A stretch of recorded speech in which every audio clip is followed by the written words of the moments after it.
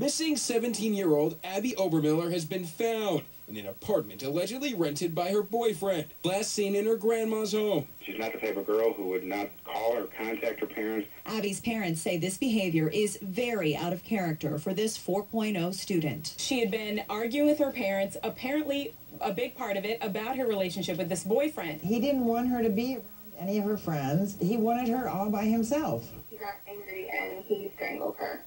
Investigators quickly honed in on the attic, where they found Abbi hiding in the insulation. The girl safe, but taken into police custody. I'll tell you who should be in police custody is that boyfriend. And, you know, frankly, this little girl, for putting her parents through pure hell, dragging them across the floor of hell all this time, found hiding in insulation. Have you ever been around insulation? I used to do insulation investigations when I was a Fed. Hiding down in that pink or yellow insulation in the fetal position in the attic of her boyfriend's apartment.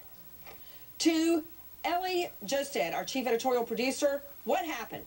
Well, Nancy, just about after midnight, early this morning, police got an anonymous tip that Abbi was in the upstairs of apartment of a house on Main Street.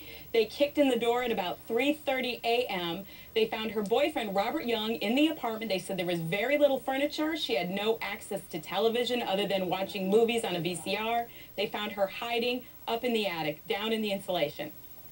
With me right now, a very special guest. This is Abbi's father, Jim Obermiller. All I have to say is, newsflash, praise the Lord.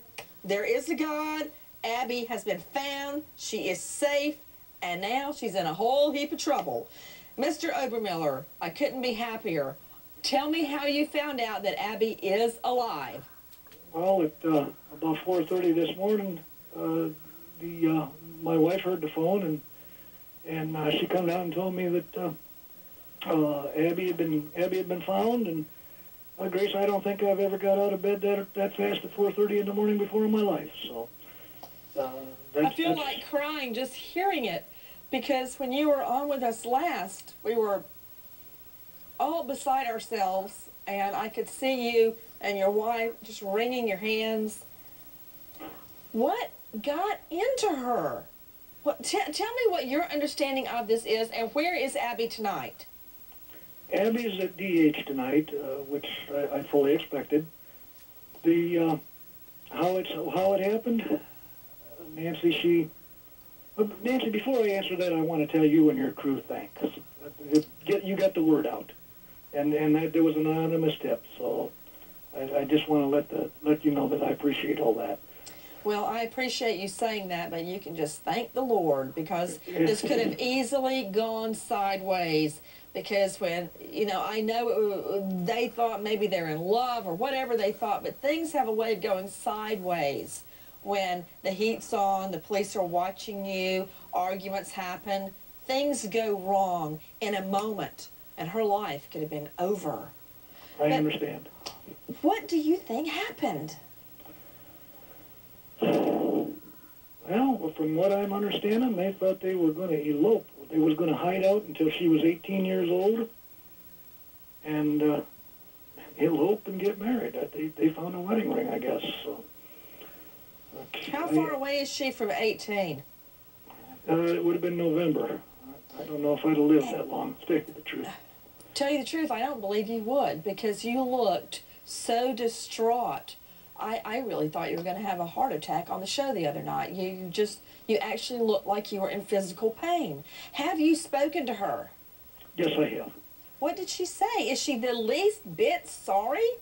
You know what? I believe that she's starting to feel that as a matter of fact, she mentioned that obviously she's afraid. She said she wants to come home. But then she's in juvenile hall. I guess she does want to come home. Right, I would want to come home from juvenile hall.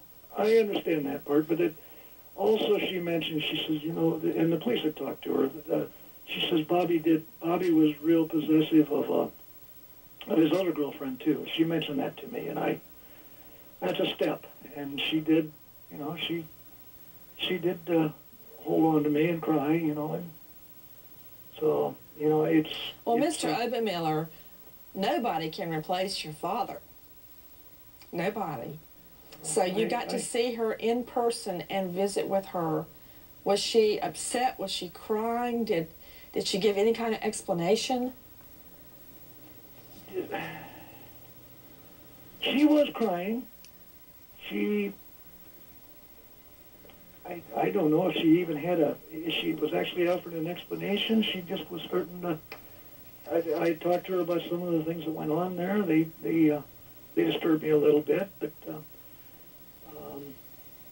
it was mostly, I was just trying to reassure her that she was going to feel it's not going to be easy for a while, but she's young, she's 17, she can make some mistakes and come back. Well, Mr. Obermiller, I don't want our viewers to really get the wrong impression of her. She's #1 in her class, straight A student, a volleyball star. Her dream before she got hooked up with 20-year-old Robert Young, it's the real deal, was to become a researcher in oncology and help find the cure for cancer. I know people bandy that about almost as a joke now, but that was her dream. That has been her dream for a long time. And the loving parents that she had, and then she hooked up with this. There he is, Bobby Young. To the lines, Diane, West Virginia. Hi, Diane. Hi, Nancy. First of all, I want to commend you on all the wonderful work that you do, especially with trying to help bring home children, missing children. You're a real godsend. And what I wonder is, are they going to charge this 20-year-old with anything? I mean, the girl is 17. Are there going to be, has anything been said about any charges being brought against him? What about it, Ellie Jostad? Yes, Nancy. Well, right now, as her father explained, she's being held in juvenile hall, and she is charged with 2 things. One of them is obstruction of official business, the same charge her boyfriend is facing, and she's also charged with unruliness, which is a charge. Ellie, did they really need leg shackles? Was that necessary? And have you ever heard me in my life say, were leg shackles necessary? I don't think I've ever said that, but in this particular case, I think it was a little over the top, but hopefully she was afraid. We'll be back with Abby's father and a miracle. She is alive. Everyone, very quickly, I want to thank you for your support of my first murder mystery. Nothing like laughing at something while the father is on the other end of the line, being so thankful his daughter is alive.